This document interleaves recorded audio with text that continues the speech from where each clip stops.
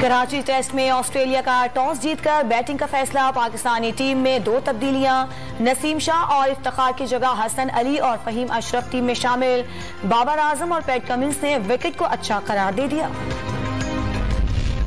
कराची में पाक Australia test के लिए ट्रैफिक प्लान जारी। शायकीन गाड़ियां हकीम सईद ग्राउंड यूनिवर्सिटी रोड पर पार्क करेंगे। हसन स्क्वायर फ्लाईओवर से स्टेडियम जाने वाली सड़क बंद होगी। सोहराबगोड से नीपा और लियाकताबाद से हसन स्क्वायर तक हैवी ट्रैफिक के लिए बंद होगी।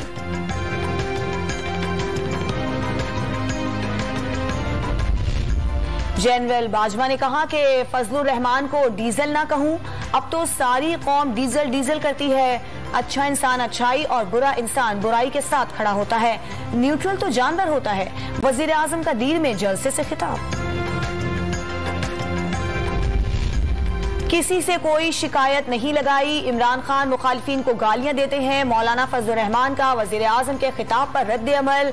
कल DGISPR ने कहा कि सियासत से ताल्लुक नहीं, गैर जानिबदार हैं। आज वजीर आजम कहता है कि न्यूट्रल जानवर होता है। सरबराह PDM का इमरान खान पर वार।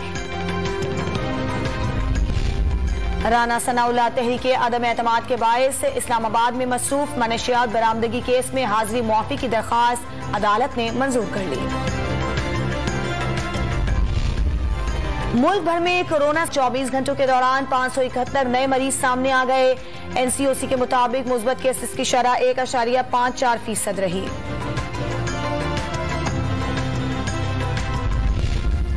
और पाकिस्तान स्नूकर का आलमी चैंपियन बन गया। 16 साला एहसन रमजान ने ईरान के तजुर्बाकार आमिर सरखोश को 5 के मुकाबले 6 फ्रेम से हराकर वर्ल्ड टाइटल अपने नाम किया।